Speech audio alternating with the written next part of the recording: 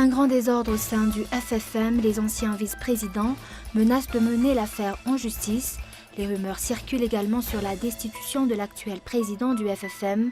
Les détenus politiques de 2002 et 2009 de leur côté demandent une compensation. La santé publique est victime de la gabegie. Mis à part le prix exorbitant des médicaments, la qualité de service laisse à désirer. Le corps médical au niveau des hôpitaux publics est constitué par des stagiaires.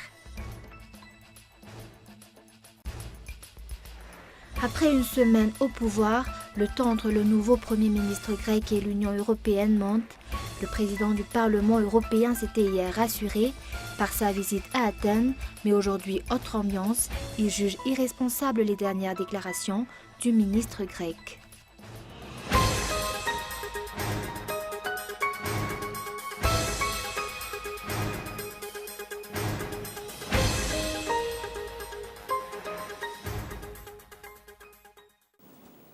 Bonsoir, bienvenue et merci d'être fidèle à ce rendez-vous avec l'actualité en français sur Cool TV.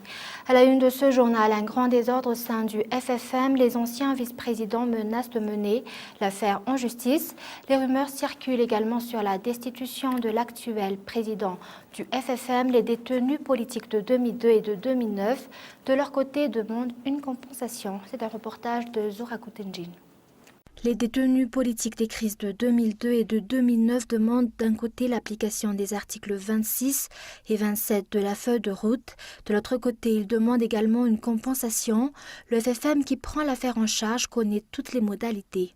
Plusieurs questions se posent. L'ancien chef d'État Mark Ravalomanan est-il derrière ces détenus politiques? Le FFM, dont les détenus politiques espèrent-tant, sont actuellement dans une zone de turbulence. La confusion règne au sein de l'institution, prévue par la feuille de route pour mener la réconciliation nationale. Un nouveau vice-président a été élu par 42 membres du FFM, dont le général Ratsaj, le pasteur Jamin Paul et Fida Cyril. Pourtant, l'affaire de destitution des 4 anciens vice-présidents n'est pas encore close.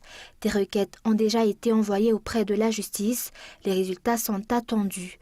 À titre de rappel, les problèmes d'administration et de détournement de fonds sont les raisons pour lesquelles les anciens vice-présidents ont été destitués. Jusqu'ici, le FFM n'a obtenu aucun résultat dans sa mission de réconciliation nationale. Pourtant, son budget monte à 5 milliards d'ariari. Jusqu'ici, seul le FFKM a réussi à réunir les anciens chefs d'État autour d'une table. L'on se demande si le FFM est-il toujours nécessaire. La liste électorale au niveau des Fouktan est clôturée aujourd'hui. Les données mises à jour seront transmises à la Commission électorale nationale de la transition dès lundi, faute de sensibilisation. Beaucoup d'électeurs ignorent encore le renouvellement de la liste électorale auprès des Fouktan. Reportage. Les listes électorales mises à jour auprès des Fouktan seront transmises à la Sénit. Lundi, la commission procédera à une dernière vérification avant de sortir la liste officielle. Elle se chargera d'ôter le nom des personnes décédées ou d'y insérer les noms qui ont été omis dans la liste. Dans certains Fouktan, les doublons sont fréquents. Certaines personnes sont inscrites dans 2 Fouktan différents. Des noms sont erronés. Presque tous les Fouktan de la capitale sont concernés. Si la vérification des noms auprès des Fouktan reste le seul moyen de diminuer ces failles, faute de sensibilisation, beaucoup d'électeurs ne sont même pas au courant d'un renouvellement de la liste. Avec toutes ces anomalies, la liste électorale officielle sera à la source de litige. À ce jour, les chiffres sur la liste électorale officielle mise à jour n'ont pas encore été communiqués. L'organisation des législatives crée des suspicions auprès des observateurs. La liste électorale sera-t-elle prête à temps? Et sur le plan économique, face à l'interdiction d'importer des sachets en plastique, les sociétés utilisent désormais une matière première de substitution. L'oxo biodégradable remplacera cette matière dans les prochains mois. Aucune mesure d'accompagnement n'a été prise par le ministère de l'Environnement à ce jour. L'importation des sachets plastiques sera prohibée à partir de mai 2015. Quant à la production de matière en plastique, ce sera le 1er octobre 2015. Reportage. Les sachets en plastique sont ancrés dans le quotidien des ménages, en dépit de la promulgation du décret numéro 1787 portant l'interdiction d'importer à partir de cette année. L'objectif est une tâche de longue haleine. Si en 2010, les sachets en plastique constituaient 0,6% des déchets des ménages, ce taux est monté jusqu'à 15%. Non seulement ils sont nocifs, mais elles provoquent également une grave dégradation de l'environnement. Il faudra au moins 400 ans pour la dégradation d'un sachet. À Madagascar, c'est-à-dire à travers le ministère de l'Environnement, on a décidé de sortir le décret sur les sachets plastiques, plus précisément les sachets plastiques qu'on utilise dans les marchés, vu qu'il y a des problèmes qui sont vraiment occasionnés sur ces déchets. Et qu'est-ce qu'on a fait exactement et pourquoi on a décidé de sortir ce texte? C'est parce que ça a vraiment un impact en premier lieu sur la santé humaine, surtout pour les gens vulnérables, en particulier les enfants et les personnes âgées. Donc on a décidé de prendre en considération le fait d'interdire les sachets plastiques. Les sachets en plastique comptent parmi les déchets dangereux. 3 mois après la sortie du décret portant l'interdiction de leur importation, aucune séance de sensibilisation ni des mesures d'accompagnement n'ont été mises en œuvre par le ministère. Au niveau des entreprises productrices, la décision du ministère est à la source d'une perte considérable, affirmera Kutwa Sembulazou, productrice de sachets en plastique. Une société produit en moyenne 1500 kg de sachets plastiques par jour. Madagascar compte 8 entreprises productrices. Elles produisent 12 tonnes par jour. L'importation de sachets en plastique sera prohibée à partir du 1er mai 2015. Quant à la production, elle cessera à partir du 1er octobre. La santé publique est victime de la gabegie, mis à part le prix exorbitant des médicaments. La qualité de service laisse à désirer. Le corps médical au niveau des hôpitaux publics est constitué par des stagiaires. Interrogé par ce sujet, l'Ordre des médecins affirme que cette étape est inévitable. Reportage. Mauvaise qualité de service, infrastructures vétustes, corps médical inexpérimenté, ce n'est qu'une petite partie des problèmes de la santé publique à Madagascar. Des changements tangibles sur l'amélioration de la qualité de la santé publique seront perceptibles d'ici 100 jours, plus précisément en 3 mois d'après le nouveau ministre de la Santé.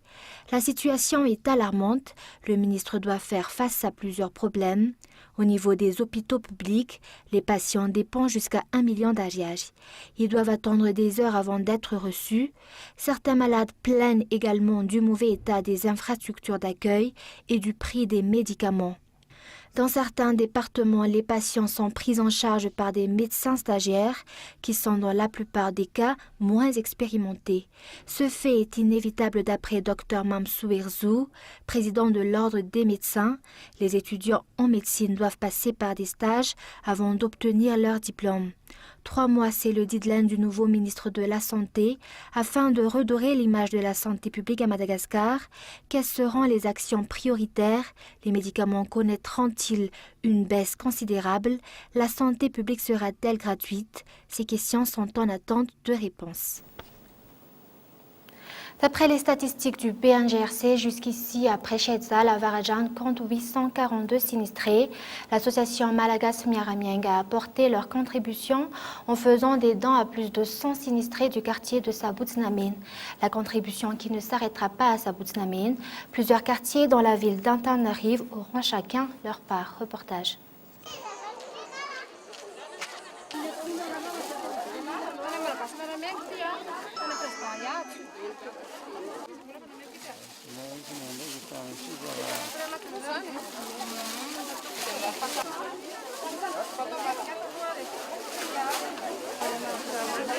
L'association Malagas Miaramieng a témoigné de leur reconnaissance aux sinistrés de Sabutsnamin.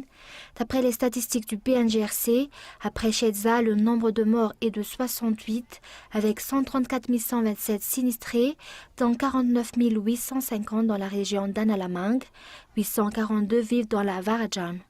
du riz, des biscuits et des jus de fruits, tessant en général les dents de l'association MMM aux sinistrés de Sabutsnamin.